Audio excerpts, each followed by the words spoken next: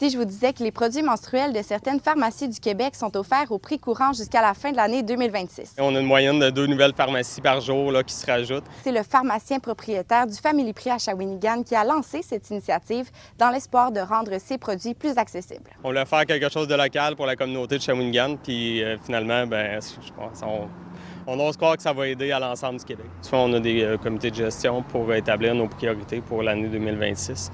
Dans les idées qui étaient ressorties, il y avait d'élargir une mesure qu'on faisait déjà, qui était la gratuité des produits menstruels pour les employés au travail.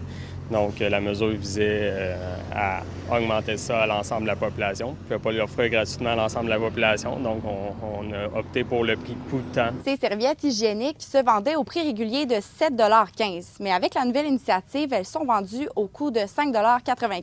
On parle d'une moyenne de 15 à 20 pour quelqu'un qui l'achèterait au prix régulier. Un 15 à 20 d'économie en moyenne. Je sais que c'est très coûteux, les femmes nous en parlent et tout ça. Fait qu'il faut absolument qu'il y ait des moves qui continuent à se faire, des gestes qui continuent à se faire pour diminuer et peut-être un jour aller vers la gratuité. On a déjà ressenti pour les 2 premières semaines des augmentations qui peuvent aller jusqu'à 400 pour cette section-là. Donc oui, je pense qu'on répond à un besoin. Quand on entend des femmes qui disent parfois je vais décider de moi prendre un seul repas par jour pour donner la nourriture à mes enfants, j'ai pas besoin de t'expliquer longtemps que, évidemment, ce genre de situation-là, ça fait que quand tu es rendu à tes protections hygiéniques, il reste pas beaucoup de sous. Fait qu'il y a des conséquences à ça, évidemment.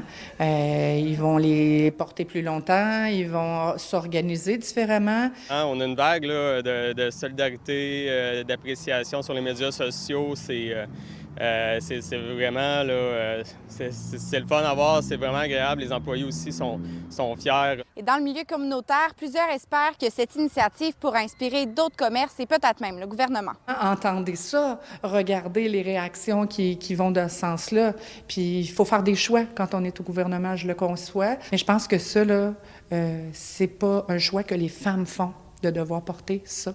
Alors, de devoir acheter ça et de prendre une partie importante du budget. Chaque gouvernement a un document qui existe, facile à trouver sur la précarité menstruelle, mais je vois pas de mesure actuellement par rapport à ça. Donc, je pense que la discussion devrait être réouverte. J'ai eu beaucoup de discussions avec des propriétaires qui le font déjà, qui le faisaient déjà depuis de nombreuses années. Ils vont dans les écoles remettre des produits menstruels. Ils vont dans les organismes qui aident les femmes en situation de précarité de façon générale. Puis ils remettent des produits gratuitement. Fait que c'est une autre façon de le faire, puis c'est aussi louable que d'offrir des produits au prix coûtant. En date de vendredi, c'est une trentaine de succursales Family Prix qui ont choisi d'emboîter le pas et Michaël Tourigny souhaite que d'autres pharmacies se joignent au mouvement. À Shawinigan, Coralie Morancy pour Nouveau Info.